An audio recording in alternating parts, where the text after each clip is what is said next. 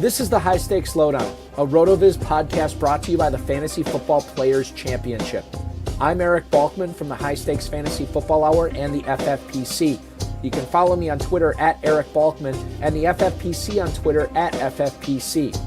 Before we get into the show, I want to remind everyone that you can get a listeners-only 10% discount to RotoViz by using the code RVRadio2022. That's RVRADIO2022. Your subscription gives you unlimited access to all of the RotoViz content and tools, and it supports the podcast channel. Now, without further ado, here's the latest edition of the RotoViz High-Stakes Lowdown.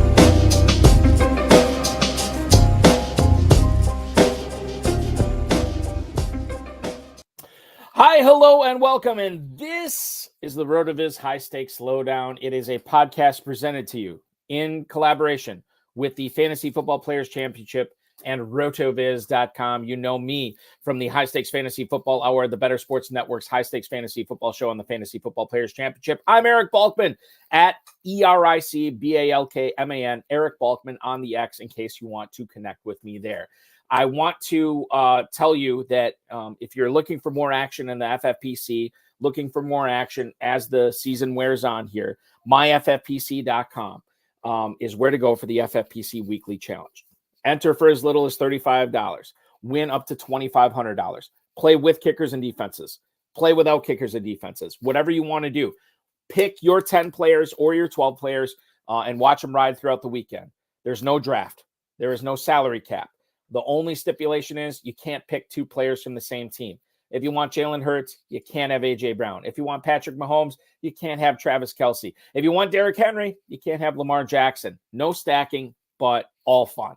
myffpc.com, myffpc.com is where to go for that. Remember to like this video, subscribe to the channel, comment on the video, share it with your friends, share it with your enemies, and get notified each and every time we go live. And I'll tell you what's going on next week. It is the week of podcasts. Anytime I go out of town, the week before is always a boffo week of podcasts, and I'll tell you what's coming up on the FFPC YouTube channel coming up at the tail end of tonight's program. I want to welcome in our guest tonight.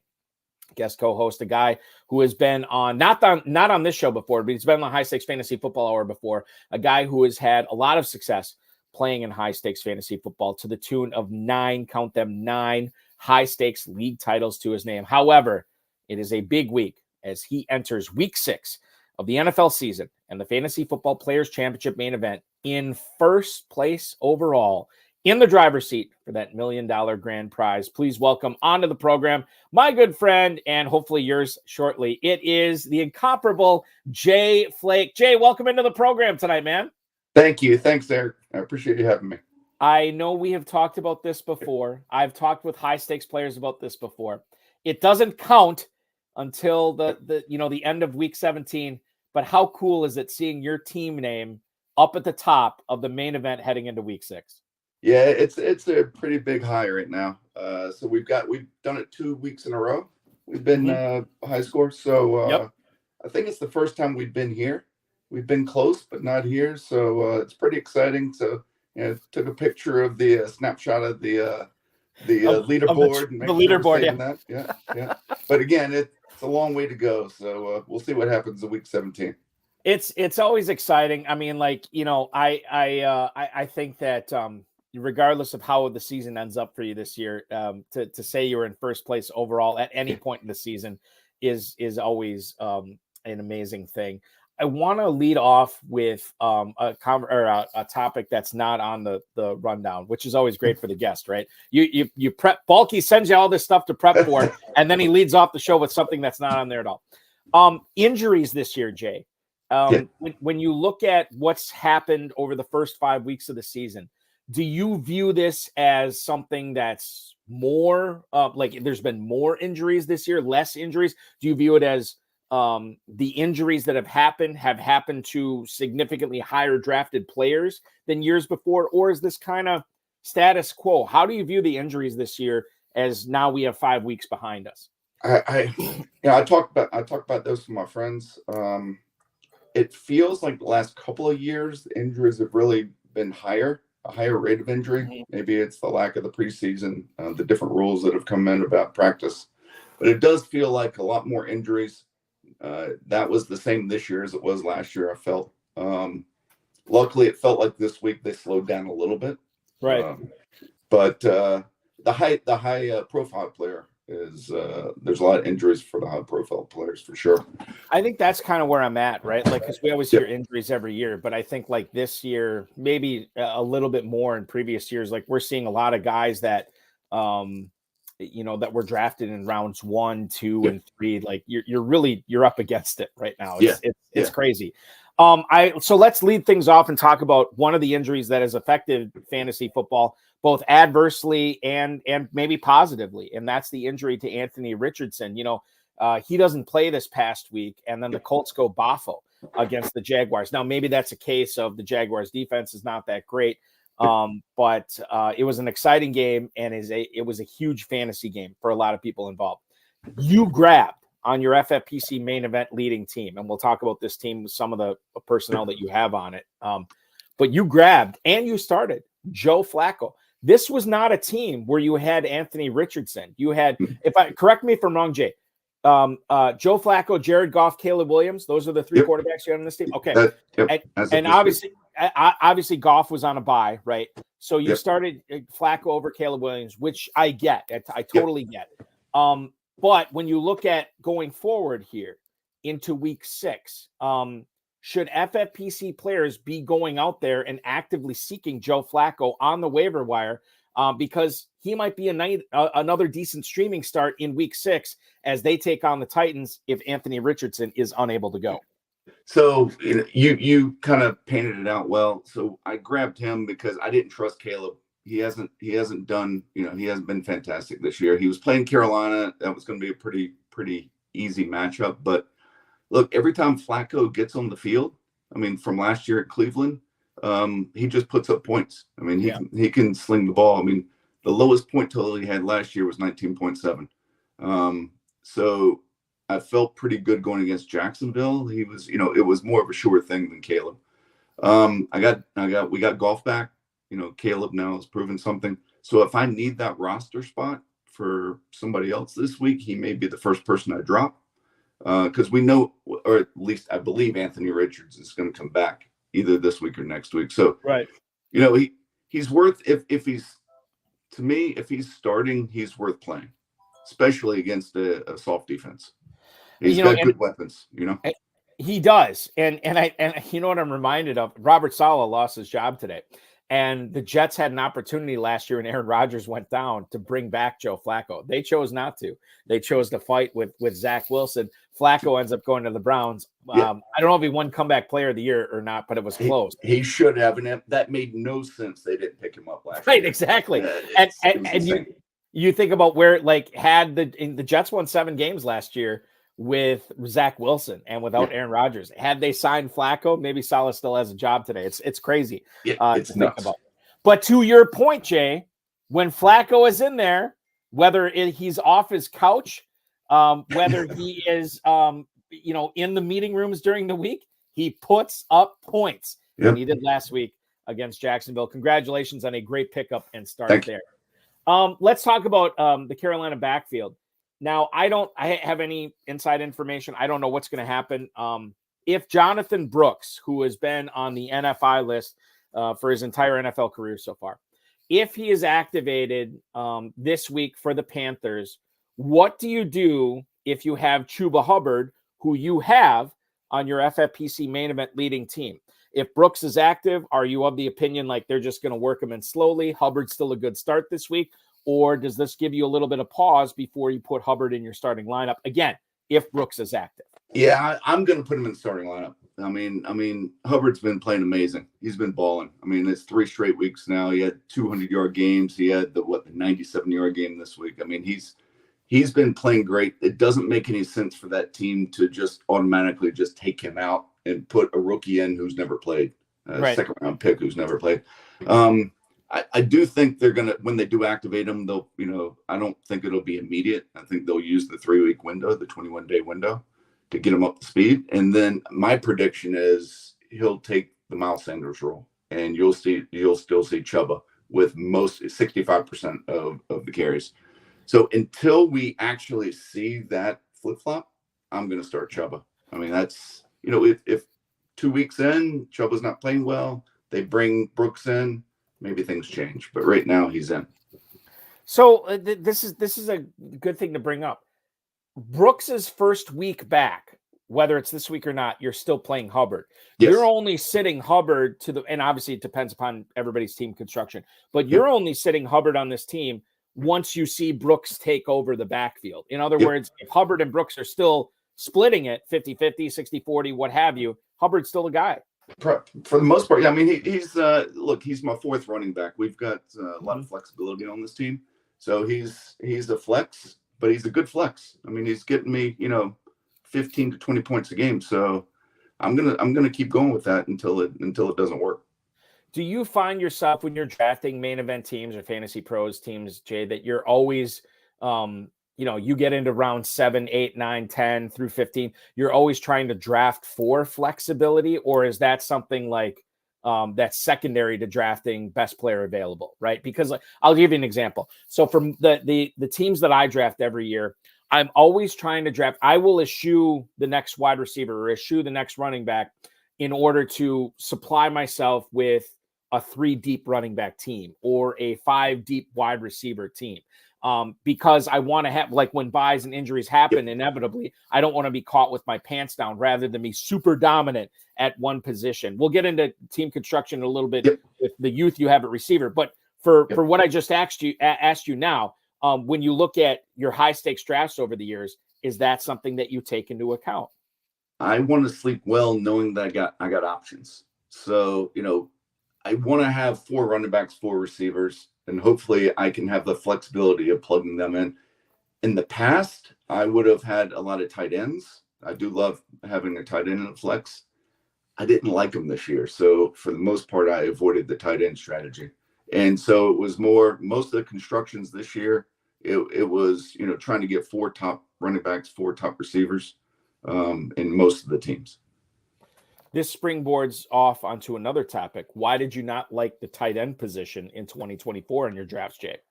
Yeah, that's a good question. So to me, it was similar to last year. So last year, everybody was taking quarterback early, and I couldn't understand why. I mean, we all, in the way we play, most of us, you wait on quarterback. Typically, a lot of us, we don't take the top 3 quarterbacks.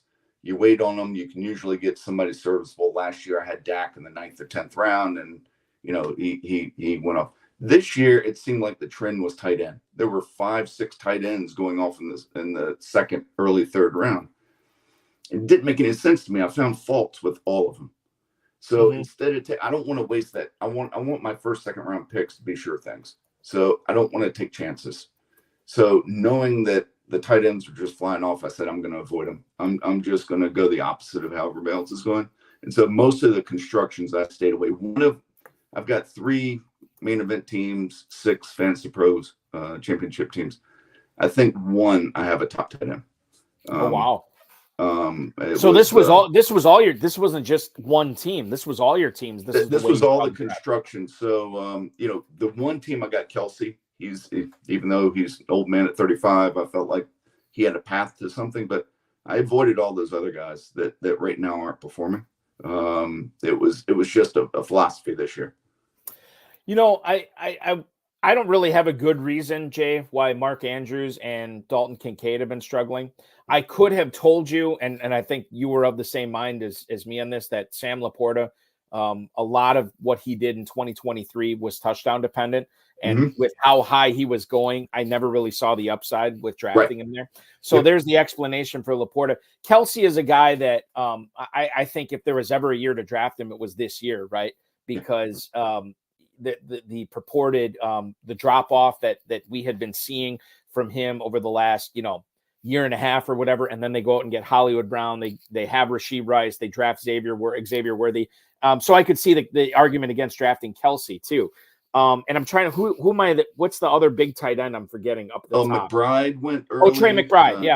And you could explain that away like, oh, okay, well now they invested into Marvin Harrison. Yeah. So all those targets. So I totally get where you're coming from as far as the tight ends go this year. And then the other thing to keep in mind too, and not that I want to turn this into a draft show, but when you talk about all these tight ends going in the first 2, 3, 4 rounds. If there's that many of them, why not great wait? Players. Well, Exactly. take advantage of the running backs and receivers. Let the tight end slip. What tight ends did you invest in this year? I mean, like, are you kind of, is it a smattering all over the place, or are you heavily invested into 1 or 2 tight ends that were not among the elite?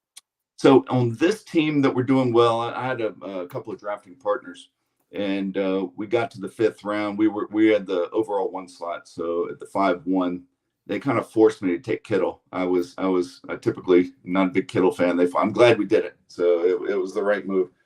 So that's pretty much one of the highest ones I took, other than Kelsey in the 2nd round on one team. Every other time I waited for the guys like Freiermuth, wait until the 9th, 10th, 11th round. A lot of Conklin. I was like, I'll just wait on some of the old guys. My team name's AW1, Ageless Wonders. I usually love the old guys. So, guys like Ertz and Gesicki, I was like, I'll just flip those guys every week or so, depending on the matchups. So that was most of the strategy this year. Of course, this team, like I said, we got Kittle. So, but I mean, regardless, it's paying off. It is a long season, but we are. We're almost halfway through the regular season in the FFPC main event. So I think whatever strategy has been working so far is a strategy that you want to be on board with for 2024. Yeah. I want to talk about the Rams running backs here for a second. Now, I don't know. I know you have Kyron Williams on this first place team. I was a little skittish in drafting him this year because I know the issues that he had with injuries. I knew the fact that the Rams had invested significant draft capital into getting Blake Corum. So I have Kyron Williams in a few spots, but not a ton. You have on this, again, FFPC main event overall leading team, not 1, not 2, but 3 Rams running backs. You have Kyron Williams, you have Blake Corum, and you have 1 Ronnie Rivers. When you look into the Jay Flake crystal ball of the future, come Thursday morning, when you look at your roster, prior to starting prior to submitting your lineup before the Thursday night game this week, is Ronnie Rivers still going to be on this team based on what you saw from Blake Corum in week 5 against Green Bay? Yes. Nice. I love it. I love it. So you're still, and Corum's still going to be on the team too, right? Yeah. Yeah. So I drafted Kyron 3rd round, took a chance on that. But when I took him, I told the rest of the guys, we're taking Corum. I want to sleep well knowing that I've got that backfield locked up. Of course, the first couple of weeks he wasn't on the field. Ronnie Rivers is there. So I wanted to make sure we had that. We had a spot we could do it. So I think back to 1999, guy named Terrell Davis. Remember him? Yeah. He got hurt about week 3 or 4. Orlandis Gary came in and he lit it up that year, right? So then we go to the year 2000. I take Terrell Davis, 1st, 2nd round, whatever. He's going to be the stud. I take Orlandis Gary early just to make sure I got that backup. I didn't take Mike Anderson. I was just going to say, is Mike Anderson going to weave his way into this conversation? And sure enough, he did. But that's a mistake. Like you're not going down that road. I'm not going that path. Right. As long as I've got a spot, as long as I can fill my roles, right now for this week at least, I'm keeping all 3.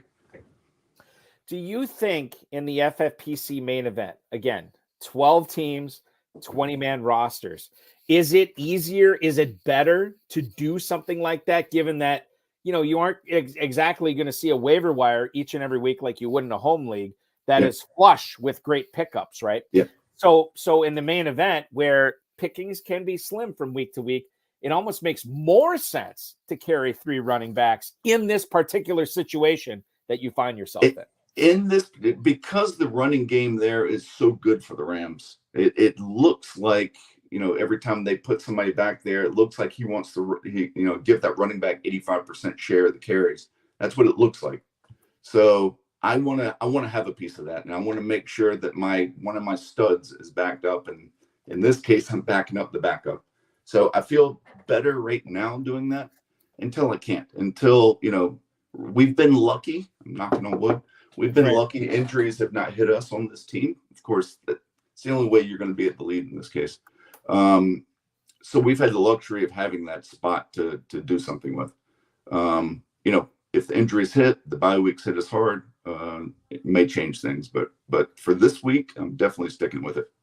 We have a question in the YouTube chat I put up on the screen right now from our good buddy Dominic Guzzetti. This is a redraft Superflex league, Jay. Okay. He already has Marvin Harrison, CeeDee Lamb, George Pickens, Jamison Williams. His running backs are Alvin Kamara and Ramondre Stevenson. He got offered in this league Tony Pollard for Jamison Williams. Would you do that deal, yes or no? Again, this is redraft. He would be giving up Jamison Williams, which would still leave him with Harrison, Lamb, and Pickens. And if he does this deal, he adds Tony Pollard to a backfield featuring Alvin Kamara and Ramondre Stevenson. What would you do? Would you rather have Pollard or Jamison Williams in this scenario, Jay? As the way we talked about it, I like symmetry. I like to have options. I would probably do it. So I've got 3 and 3. So I've got that extra running back with this setup. So, and Pollard's been steady. He's been the running back 1 on that team. J-Mo has been great. I've got him on my team. But he is more hit or miss, I would say. So I think I would do this deal. Yeah, I as you explained that too, I'm kind of thinking in my head, well, this is not Dynasty, this is redraft. So it's not like we have to worry about the upside for Williams after this year or the downslide of Pollard after this year. And who touches the ball more? It's Pollard. That's Pollard. And if you do this deal, you still have 3 really good wide receivers in Harrison, Lamb, and Pickens too. So Dom, ignore what I said in the YouTube chat. I'm now on board with what Jay Flake is saying, the FFPC main event leader. I say do the deal. He is doing the deal. Hopefully. We'll see what happens going forward here. Let's talk about speaking of young wide receivers like Jamison Williams. You have 5 first or second year wide receivers on this main event leading team. Do you normally like to go pretty young, especially when you get into the second half of your drafts, Jay? At that position where you're like, okay, well, I know not all these guys are going to hit, but maybe 1, maybe 2 of them does, and that's why you go young? Or am I just looking at this through like, whatever you call that, tunnel vision, where I'm just looking at one of your teams, and this is not typically how you like to draft? I'm just curious to have you talk about all the youth you have at wide receiver on this main event leading team. When you sent me the question, I didn't realize that I had that many young guys on the team. So you opened my eyes, and I was looking at that. So the way we constructed this team, it was kind of the opposite of what the industry is doing now. Right now I see most people doing the hero running back theory. You fill a whole bunch of receivers, and maybe get the tight end, maybe the quarterback, whatever. We kind of went the opposite. I got the hero receiver. So we did CD first. And then went 3 running backs, tight end. So by the time we got to the 6th round, we had 1 receiver. So at that point, we just started reaching for guys with upside. So, we felt like at that point, a lot of the younger guys or the guys we targeted there were more of the upside play. We needed the number 2, the 3, the 4 receivers. And it just happened to be, I liked Ladd this year as a 3 or 4. Later in the draft, Johnston was there. We figured I'll back Ladd up. We got Jaden Reed, J-Mo with all the press he got from training camp. We figured that was a good flyer. A lot of these guys were flyers. Typically, I'm not doing that. Typically, I'm more balanced, 2 receivers, 2 running backs. Then I may take that veteran wide receiver at the back, a couple of those veterans, the Adam Thielens or guys like that, or Keenan Allen's later on that I feel like are going to give me a good floor. That's not the way we did it here, but it was just how the draft unfolded and how the draft strategy kind of worked its way out. So I want to go back to the YouTube chat here, Jay, and there's been conversation about Juju Smith-Schuster, obviously after his big night last night. The Chiefs are on bye this coming week, but we do know Rashee Rice is out for the year. We know Marquise Brown is out for the fantasy 2024 season as well. Your thoughts on Juju Smith-Schuster and what you saw on Monday night, how sustainable, not necessarily, 6 for 130 or whatever it was is going to be, but just like being involved in the offense as far as fantasy goes. Do you feel okay about him as a flex play, as one of your 2 flexes in FFPC leagues going forward if you have him on your squad? I picked him up in 3 leagues last week when you saw Rashee go out. There was one play before she went out where he got injured and he left the game 2 weeks ago. And Juju came in, played the exact same spot, ran a little shallow crossing route, caught the ball, called a touchdown. So from that play, it looked like that they were going to use him in that same spot when Rice was out. So it looked like he was going to be a main part of it. They don't have much else. They got, the rookie going, just doing fly routes, doing wind sprints down the field. So they don't have much else. So no, he's not going to get 130-something yards, 40 yards a game. But I think he'll be a solid player until they get, everybody knows they're rumored to be looking at a receiver. Who are they going to bring in? How's that going to affect what Juju's doing? So that's the only real question. I think the thing to your point, and I mentioned in the chat, I picked him up in several of my leagues too. Yeah. Just see what happens, right? They have their bye week this week, and if they trade for Adams or they trade for, Amari Cooper or anybody, quite frankly, I don't think it's going to be Romeo Doubs, but let's cross that bridge when we come to it. I was talking about this. I can't remember. I think it was on one of my shows last week, Jay, and I said, people are asking me, well, what do you do with Devontae Adams? How do you handle this Devontae Adams thing? And I'm like, well, he could go to New Orleans. He could go to Pittsburgh. He could go to San Francisco, all these different places to go. I don't want to react for those teams. I want to react for the Raiders. So make sure Trey Tucker is owned in all my leagues, and then Jacoby Myers, as long as Adams is out, I'm looking at him as a flex. I just focus on the team that the player was on rather than the team that they could be going to, because then you get caught into a lot of nasty business if you try to sell your soul for, hey, I think Adams is going to the Steelers, so here's what I'm going to do here. It's just, to me, it's not worth it. Yeah, completely agree. Let's go to Kamani Vidal question from Permar99. What do we do with Kamani Vidal? Late kickoff, too late to find out if he'll be active before 1 p.m. Holding on to Kendrick Miller right now. So this is a couple of things here. Kamani Vidal is a player that's going to be on, or he's already on, the Chargers going forward. Now, if you look at what the Chiefs and the Chargers did in week 4, I want to say, it was J.K. Dobbins, 14 carries, 32 yards. Gus Edwards, 6 for 19. Yep. I look at Vidal as if I have a roster spot for him, kind of the Kendra Miller thing too, as long as we're talking about him. If I have the roster spots, I want to keep those guys on my team. Jay, I am, if I can only keep one, it's Miller at this point. It's Miller, over Vidal, but I'll let you talk about both these running backs here and how you're treating them in fantasy. Yeah, Vidal, I think I drafted 1 or 2 teams early on with the hope, because I didn't think Dobbins would hold up with the Achilles, coming back from that. And Gus, I figured he was older. Vidal hadn't seen the field as far as I know. So I've dropped him in every league that I had him. I don't really see a path for him right now until one of those 2 guys, and there may be even somebody else, a third guy that's been playing ahead of him. So I haven't seen him on the field. Miller, I've got a number. One of the guys I was targeting a lot in drafts was AK, but I haven't backed him up that much because if he goes down, is Williams going to be able to fill those shoes? Is Taysom Hill going to carry the ball more? Kendre Miller would be interesting, but and I did pick him up in 1 or 2 leagues for $1, but we don't know. I'm shocked he wasn't active this week. So, and now with the Carr injury as well, we don't know who we're going to have at quarterback. So, they lost 2 centers already.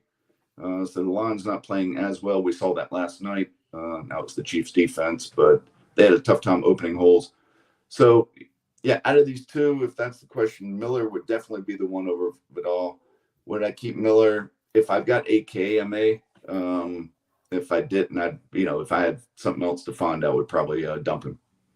I think that it strikes 1, 2, and 3, right, with Kendra Miller right now. Yeah. Number 1, dude has struggled to stay healthy. Yeah. Number 2, his coach has been calling him out. What I always find fascinating about the Dennis Allen press conferences, maybe not so much lately because Miller hasn't been active, but especially in the preseason, he would go out of his way to talk about how disappointed he was in Kendra Miller. Like, it wasn't even a Kendra Miller question. He's talking about, this guy's, he's got to find a way to stay on the field. I'm like, okay, I get it. And then strike three is the fact that Carr is hurt right now. What are you getting even if Kamara were to go down, right? Because then the opposing defenses can really focus in on the running game. I am with you. I am rostering Miller over Vidal at this point. But I have low expectations for both of them going forward, at least in the near future. Yes. Let's talk about a guy that you had brought up earlier, Tyler Conklin. Conklin was a guy that I drafted as my backup tight end in a lot of leagues this year. After the first 2 weeks of the season, it was bad, Jay, and I cut him in a few leagues, and I regret that. I still have him in a bunch. And he is, after the London game against the Vikings, he stands at tight end 18 in FFPC tight end premium scoring. If I, once again, were to ask you to look into the Flake crystal ball, where does Conklin end up finishing in FFPC tight end premium scoring among tight ends for the 2024 season? I'm going to predict he's going to finish a high tier 2 tight end. So I don't think he's going to crack the top 10 now. You know, I don't know how he never gets in the end zone.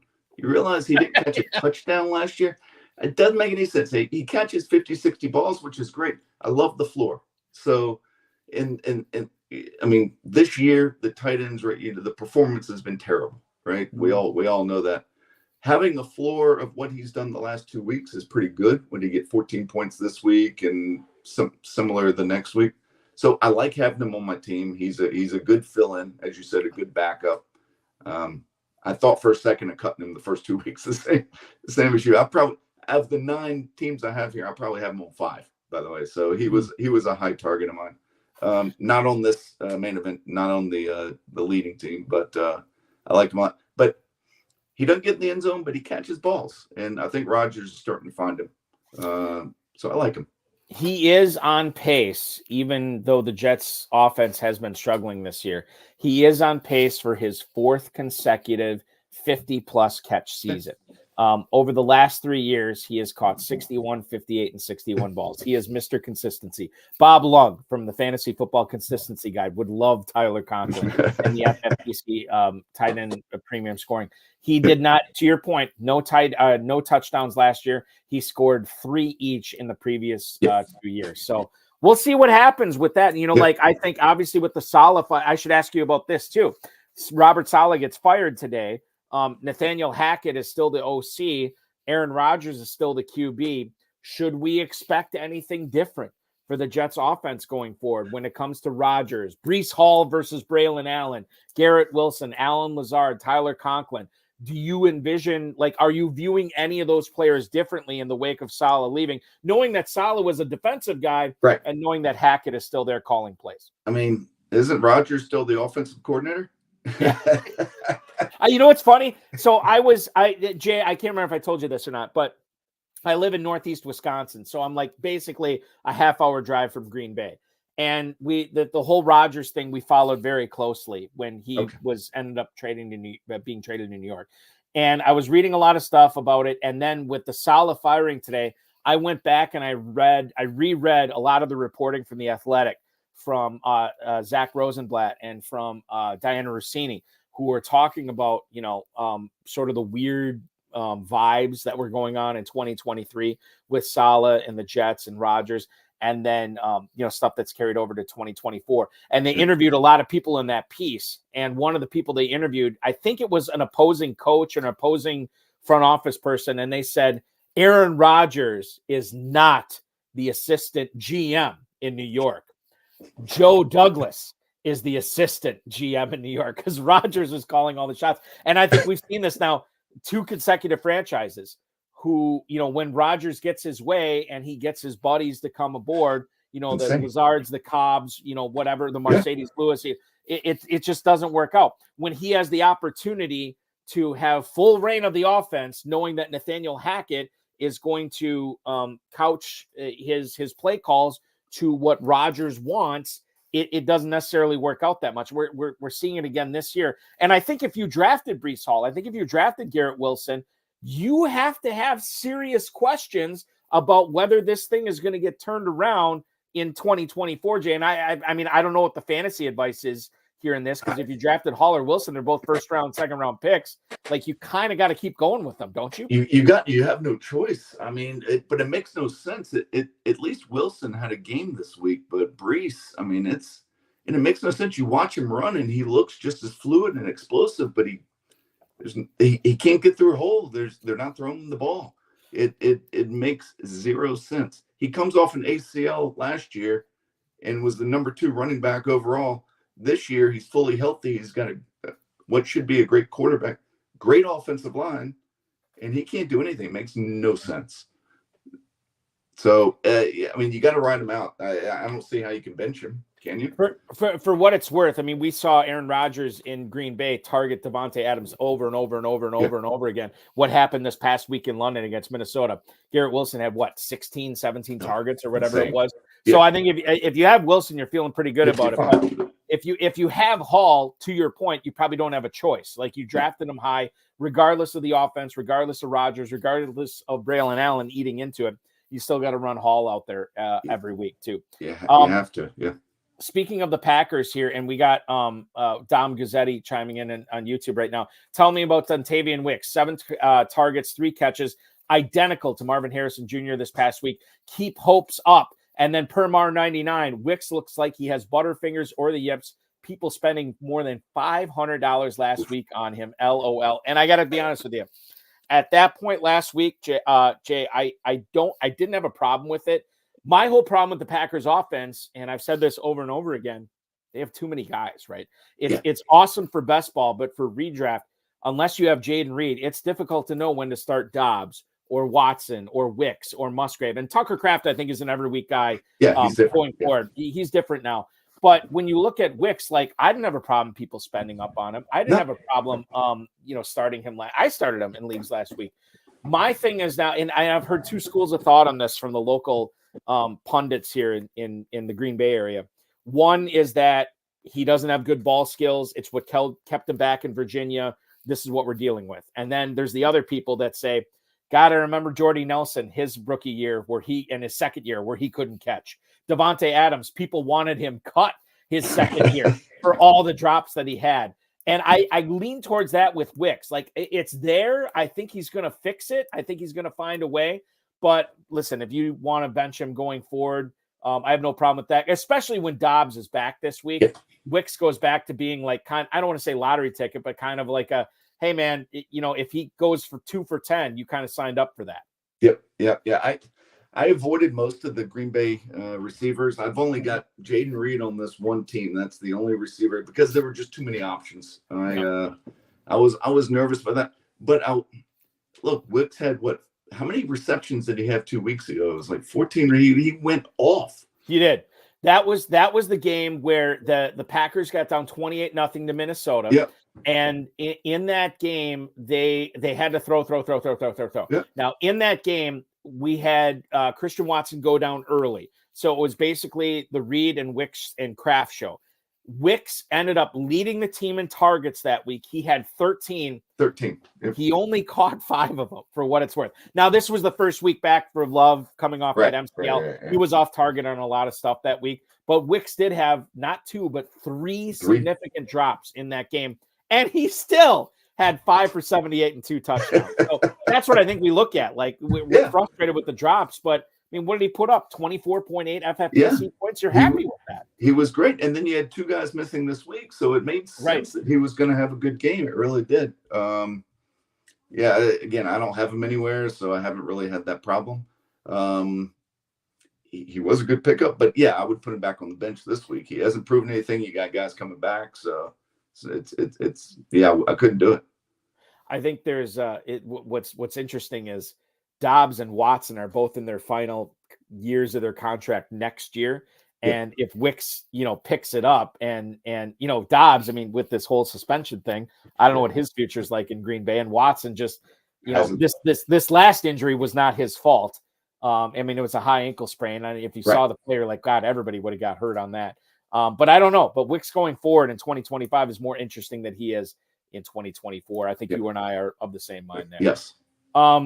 So we went from Tyler Conklin to Dontavious. I don't know how we got there, but let's go to Wan'Dale Robinson here. Yeah. I love this. I listen to a lot of podcasts. I ingest a lot of fantasy content, and I've heard Wan'Dale Robinson's nickname is the Ponzi scheme or the scam, because this dude in half PPR or non PPR, he's like waiver wire fodder. Full PPR, like in the FFPC. God, you got to grab this guy. With or without Neighbors, this dude puts up numbers because of how involved he is in the passing game and how much he gets targeted. When you look at what he's been able to do, is this type of thing sustainable, Jay? Can he continue to make a tomato bisque soup out of just a ketchup packet, right? Because that's what he's been doing with Daniel Jones, and it's been great. We love it. We love to see it. But when you look at like, okay, I have to figure out if I can start this guy every week. Can I feel comfortable in starting a guy who, this past week, he sees 9 targets, he catches 6 of them just for 36 yards. He gets in the end zone, but just 36 yards receiving. I just think it's wild that what we're seeing from him. 8 targets in week 3, week 4, 14, week 5, 9. He's gotten, 24 catches in his last 3 weeks. Is he a must flex right now in FFPC, or are you kind of seeing? I don't know how you feel about Wan'Dale. I love guys like this. I love guys with a lot of targets and a lot of catches, even if they're short, because I just love the floor. I love, like you put him in the flex. I love a floor. Give me 14 points with the opportunity to go higher. He's gotten 20-something points 2 weeks ago. Mm-hmm. So I love players like that. It reminds me of the Edelmans or Welkers or whatever. Just give me Amendola in his heyday. Amendola, right? give me the short pass. Give me the extension to the run. I've got him in 4 of those 9 teams, and I started him every one the last 3 weeks. Mm-hmm. And one of them I have Neighbors, but and I started both of them. I love the guy right now, and he's panning out. I think that the thing with Robinson is like, based on what he's done the last 3 weeks, I'm fine with running him out there until he goes cold. And if he goes cold in my lineup 1 week, okay, then I understand it. Like, but to me, he's like we're at the craps table, right? And we're on a heater with Wan'Dale Robinson, and I'm not leaving that heater. I'm still going to keep rolling him. Absolutely. Sure. Now the only question I'll have, I'm curious to see if he keeps up. So now we saw a little Slayton, right? Mm-hmm. We saw a little Theo Johnson. So now Daniel knows he can throw to those guys as well. So when Malik comes back, or is he going to get those other guys involved a little bit? And so, Robinson has less, or is he going to go back to the short passing and the 8 to 10 targets? So that's the question for me this week. But I'm going to ride him until it falters. Do you have Darius Slayton anywhere, Jay? I do not. No. Okay. I did not pick him up. I didn't play him. I was shocked. He's a good player every time he gets in, isn't he? It seems like it. I'm going to Fantasy Mojo right now just to see what his ownership is. And anytime we cite ownership or ADP or anything like that, it's always courtesy of Darren Armani over at FantasyMojo.com. If you are playing in the FFPC, I would strongly urge you viewers to get a membership to Fantasy Mojo. Right now, Darius Slayton is owned in 38% of FFPC Main Event Leagues, 26% of FantasyPros Championship Leagues.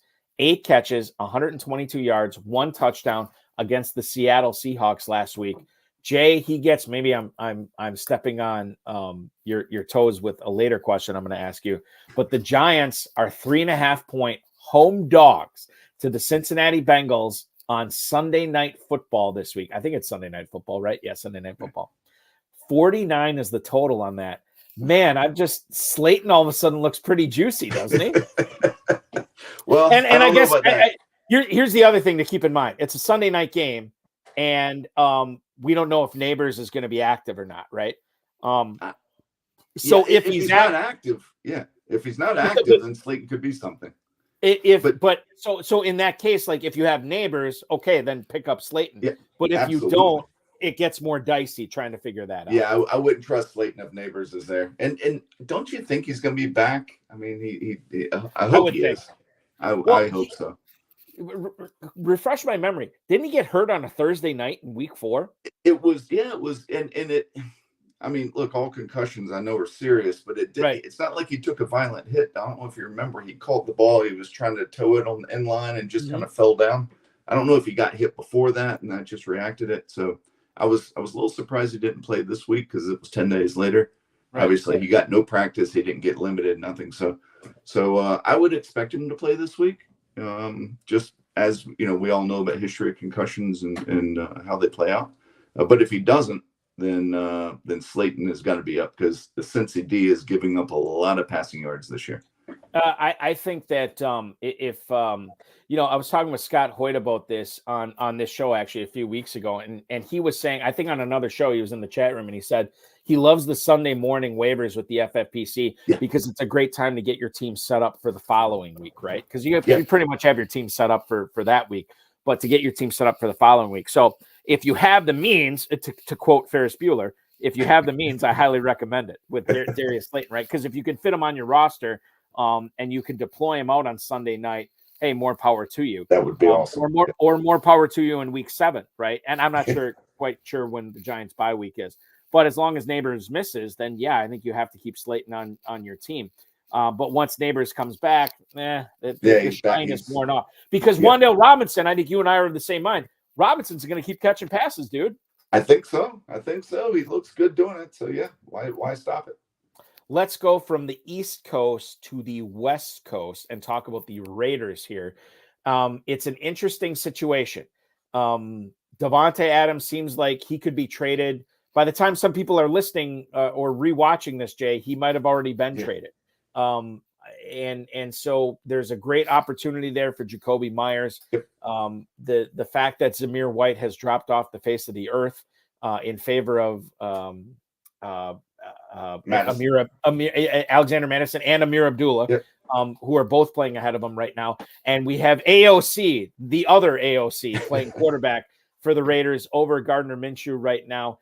It's a wild time for the Raiders in fantasy football. Who has the bigger opportunity in front of them? Is it Alexander Madison in the backfield, or is it Jacoby Myers on the perimeter catching passes without worrying about target hog Davante Adams on the other side? You know what? I'd like Jacoby this year, even with Adams there. Jacoby finished as a top 24 receiver last year, and that was with Adams there. So if Adams is gone, he's kind of got the same setup with Brock Bowers taking taking the attention away, and he's got the opportunity to catch a lot of balls. But I will admit, I went to NC State, which is where Myers went. And so was he a quarterback there too? No, he was a receiver. He was okay. All right. Yeah. But and he was undrafted when he went to the Patriots, and he worked his way up. So he's worked for what he's got for sure. But he's a good receiver, and he's had 7, 8, 9 targets the last couple of weeks. I think he's going to be able to sustain this no matter what. I do think he's a quality receiver. So I think he's got a better opportunity than Madison. I don't know how that line's shaping up. While Zamir is falling out of favor, it's not like Madison lit it up this week on the ground. He is catching more balls out of the backfield, so he's got that going for him. He's gotten into the end zone where Zamir hasn't. Zamir should be back, I would assume, from the groin injury sooner or later, and I have a feeling they'll put him back in a rotation of some sort. But Jacoby is still going to catch balls, whether Adams is there or not. But I'm with you. I don't think Adams is going to be there. I think he's done. I'm kind of with you. Like, he was one of my favorite guys to draft as like my wide receiver 5 this year, as a guy that I knew was going to get targets regardless of what happened with Adams or not. And now you can plug him in. Again, not the highest ceiling in the world, but definitely a high floor, which I like. Yes. Who was the guy, as long as we're talking NC State, wasn't there a guy, Jay, a few years ago in the NFL, and I'm blanking on his name, but he was like a tight end. He was a fullback. He was a running back. I'm trying to think of who that was, where he kind of like was a jack of all trades in the NFL, and he was at for the Wolfpack. Yeah, Samuels maybe Samuels. Jalen Samuels. That's who I'm thinking of. Jalen Samuels. That's I totally forgot about that guy. Do you have a favorite member of the Wolfpack that is in the NFL right now? because NC State, I know it's ACC and it's not all that great, but they've churned out a few players over the years. We were known for our quarterbacks there for a little bit. I mean, we still got Phillip Rivers, Wilson. right? So we've had a number of quarterbacks. Right now it'd have to be Jacoby Myers, I guess, because we've been kind of light lately on our picks in NFL. Peyton Willis looked pretty good last night for the Steelers at linebacker. That's true. Yeah. So he was nice. Yeah. Yeah, no, I live in Wisconsin, but I'm a Florida State fan, and I know that NC State. There's been more than a few times that it's really been irritating seeing what the Wolfpack has done to them. In games like that, they should always win, and NC State always gives them fits. So whatever it is, like I've always enjoyed watching them for sure. And Russell Wilson obviously left NC State to play for my Wisconsin Badgers for a year, which was that was good for everybody. He had a quarterback behind him at State that was really good. And who was it? I'm drawing a blank. He was drafted by the Tampa Bay Bucks, so he was a good quarterback. And Wilson was playing spring ball. He's playing spring baseball, and so the coach said, "Look, you need to be playing ball," and he said, he kept playing baseball. So they made this arrangement and released him from his, and he went to Wisconsin, where he had a chance to win a national championship. So I thought it was fair on all fronts. Was it Mike Glennon that was behind? That's it. That was it. That was behind. Okay. Yep. The longest neck in the NFL since San Francisco 49ers safety Merton Hanks. I think those guys were the two longest necks I remember. Okay, bringing it back to fantasy. Calvin Ridley was off this past week in week 5. In week 6, he gets the Indianapolis Colts. However, he's had 2 catches in his last 2 games. I think this is a wider conversation about the Titans offense as well. But when you talk about Ridley, I think he's a player that FFPC players didn't draft him high enough where he's like a must start. Like you can afford to bench him, I think, in a lot of spots. But your thoughts on Ridley going forward, and your thoughts on sort of this Titans passing offense too, with Will Levis running things. Terrible, huh? Terrible. Not been great. So Ridley was a 5th, 6th round pick.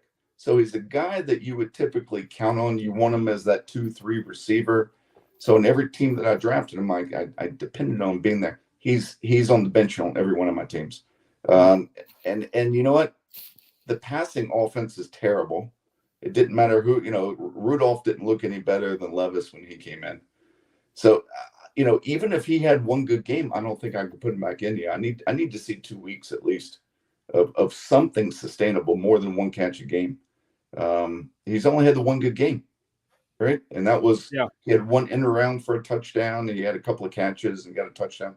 Of course, he was on my bench then because he was terrible the week before.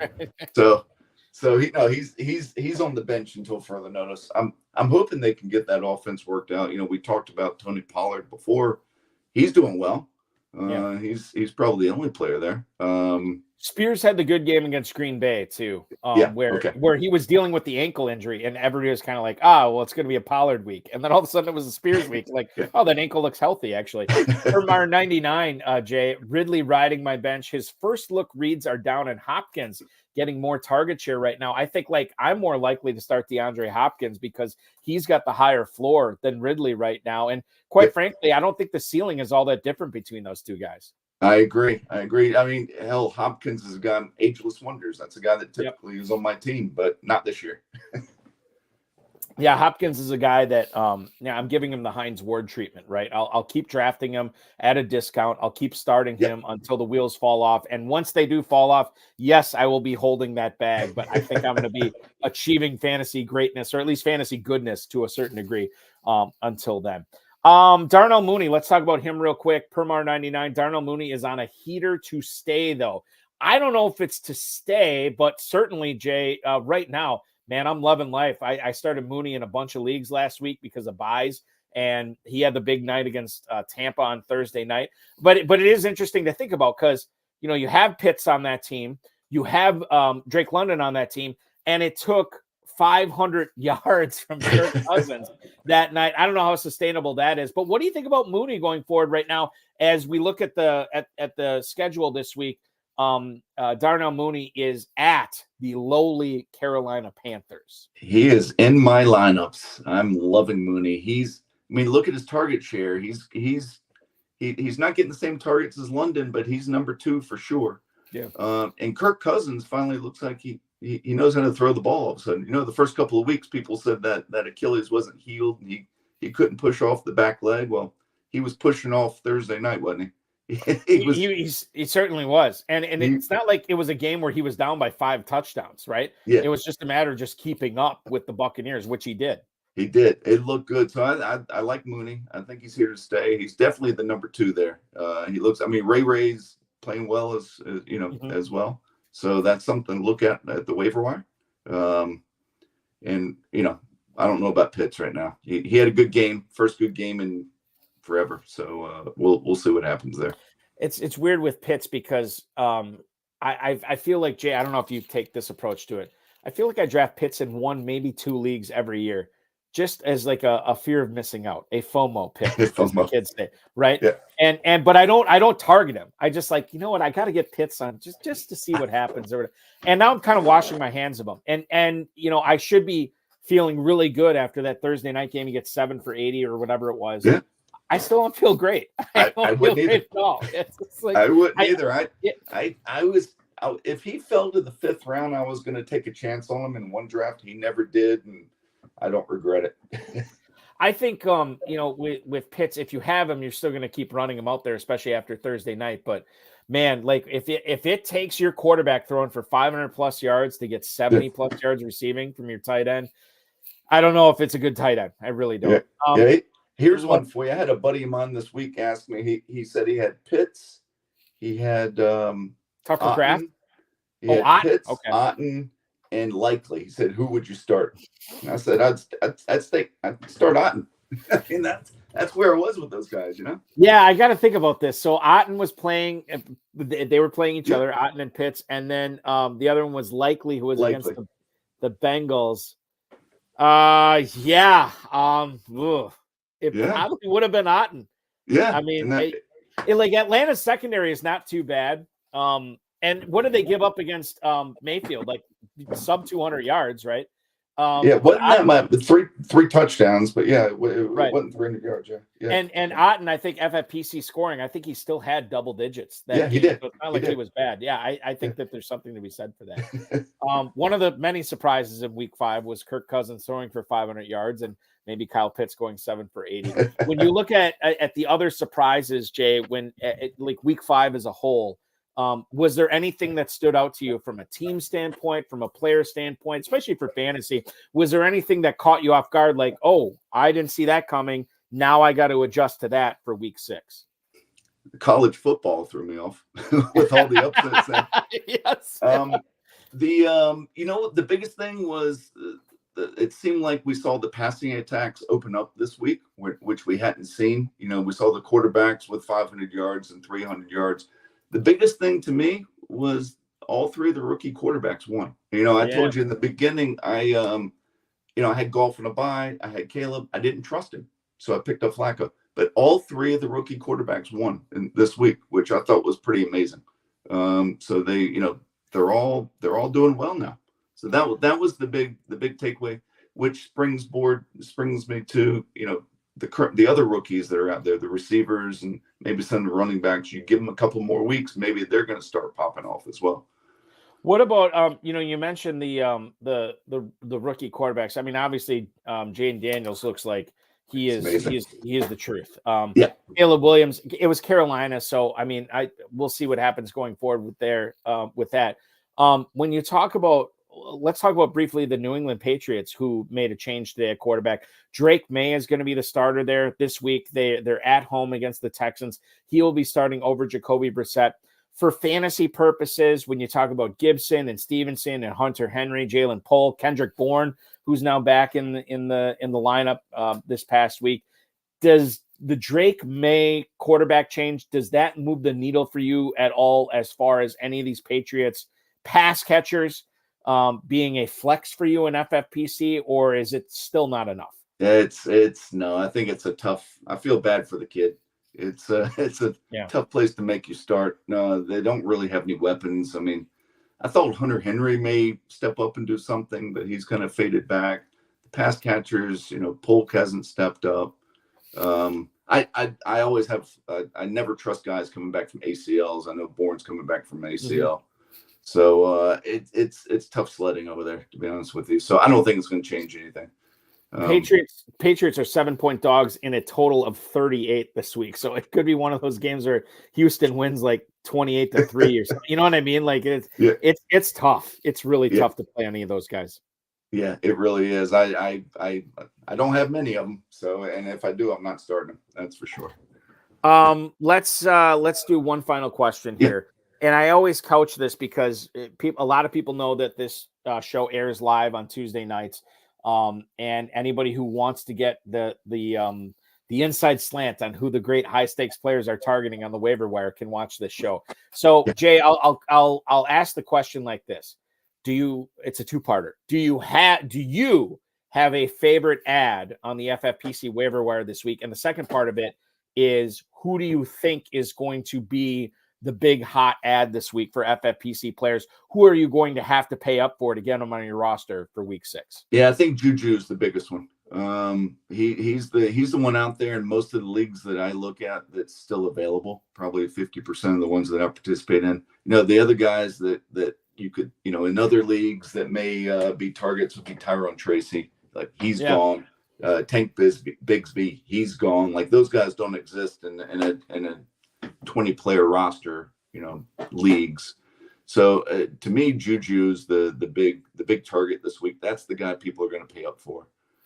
Is just real quick, when you mentioned Tracy and you mentioned Bigsby, is there a running back that you would pick up maybe a week early this week? Like I always look at it too. Like so many people have told me over the years, well, Balky, you need to be looking 1 week ahead. And I always say to that, like, I got a hard enough time trying to figure out my lineup for this coming week rather than look a week ahead. Scott Hoyt, I know, always says, like, once you get your ducks in a row, Sunday morning, you can kind of figure out what's going on the next week. But is there a running back that you look at on the waiver wire that you're willing to share with us this week that might not be the worst idea in the world as a speculative running back ad for maybe week 7 that you could pick up now? Right now, when you look at the waiver wire and try to project and see what's out there, it's skinny. I mean, Garando, the kid for San Fran, if he's out there, Mason goes down, then he's the guy. Yeah. Maybe the Kendre Miller that we talked about earlier, maybe he finally gets back. AK's taking a lot of pounding, so maybe he does something. Those are the only two that with the crystal ball that I can, make guesses with that I could see. Of course, now something's going to happen this week and there's going to be 10 guys that we should have picked up, next week. That's how it always works. Just keep your bad money, Right. And I think that's the thing. It's just like, in the majority of my leagues, I always end up having some fab money left over, and I'm cool with that. I always spend the majority of it, but I always want to keep some around because you never know what's going to happen, especially in the FFPC, where if you are making the league playoffs, you can utilize that fab money when 8 other teams in your league can't, which I always think is a nice little advantage too for FFPC players. A nice advantage for anybody who's playing fantasy football is watching this show tonight, hearing from the FFPC main event leader heading into week 6, Mr. Jay Flake, the 9-time FFPC league champion. Jay, I could go another 2 hours with you tonight. Your schedule and my schedule will not allow for that, which is too bad because I would just love to talk about fantasy football 24 hours a day. I just can't do it. Congratulations on getting your squad to the spot you have gotten them to right now. Good luck in not only that league, but all your teams this season, my friend. Always good to chop it up with you. Don't be a stranger. Let's do this again sometime. That would be great. Let's talk week 17 when we've won the whole thing. Well, we're cutting the $1 million check for Mr. Jay Flake. He will appear on this program. It's going to be great. Thank you so much, Jay. I look forward to that for sure. All right, great. Thank you for having me. You got it. That is Jay Flake, ladies and gentlemen. He's leading the FFPC main event and the $1 million grand prize that goes into it heading into week 6, which will start 2 days from now on October 10th. That will complete our show tonight, ladies and gentlemen. Thank you so much for listening, streaming, downloading, watching. It's always tremendous to have you. Your comments on X, Facebook, and YouTube fuels this show. And anytime we get a chance to bring on the FFPC main event leader, we always look forward to that. And Jay Flake did not let us down tonight. Going forward, I want to remind you, if you are looking for action, go to myffpc.com. That's myffpc.com to play in the FFPC Weekly Challenge. Enter for as little as $35. Win up to $2,500. No draft, no salary cap. Just formulate the team that you want. Just one player per NFL team. You can play with or without kickers and defenses. It's whatever you want to do. myffpc.com. That's where to go for that. As far as next week and this week for fantasy shows goes, it's going to be crazy. So I'm going to be out of town starting 2 weeks from now, and I can't do shows. Rather than just skip shows that week, I'm doubling up to make sure that we're still getting enough content out to you. So here's what's going on. Tonight you saw Jay Flake on the RotoViz High-Stakes Lowdown. Thursday night on the High-Stakes Fantasy Football Show on the Better Sports Network from 7 p.m. until 9 p.m., the best fantasy football pregame show out there going into Thursday Night Football. It will be me. It will be Rotoballer's Casey Kasem. She and I will take you all the way through up until the second quarter of that game. So right through the first quarter of the game.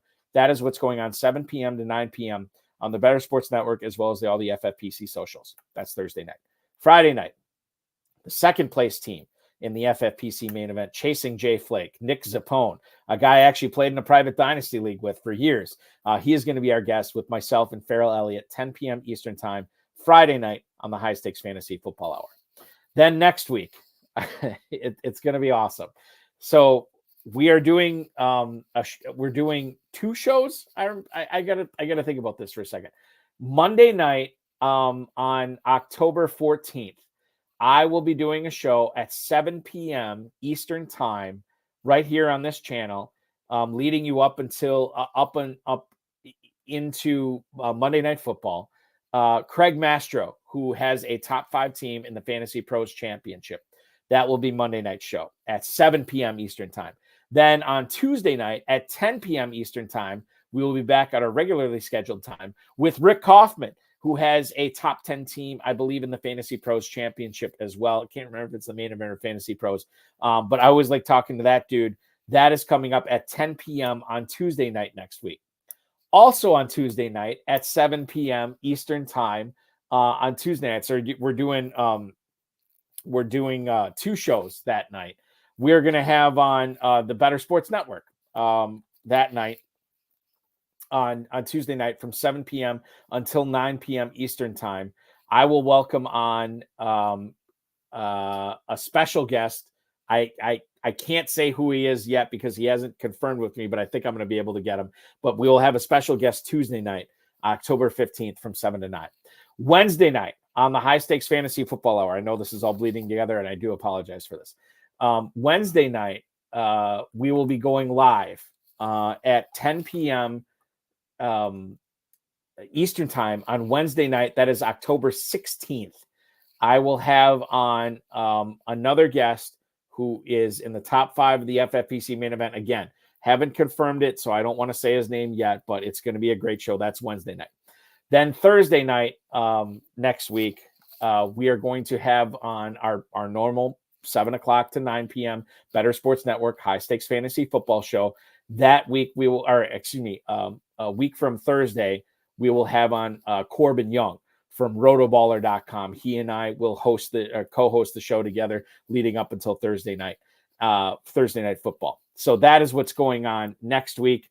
And then we'll have another great guest on Friday night for the High Stakes Fantasy Football Hour.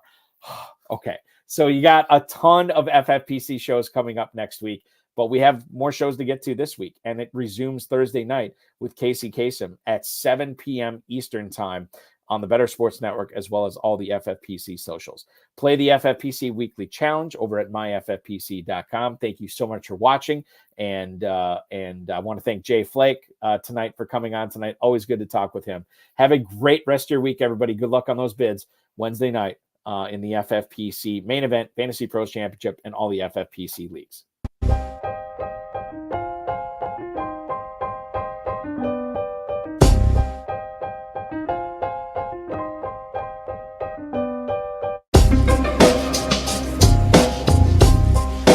Thank you for listening to the High Stakes Lowdown, a RotoViz podcast brought to you by the Fantasy Football Players Championship. And thanks to Grapes for our theme music. Please review the podcast on iTunes under the RotoViz radio feed. It helps us find new listeners. Contact us via email, rotovizradio@gmail.com. We'd love to hear what you think, and follow us on Twitter at RotoVizRadio. And remember, you can always support the show by subscribing to RotoViz at a 10% discount through the NFL podcast homepage, rotoviz.com/podcast.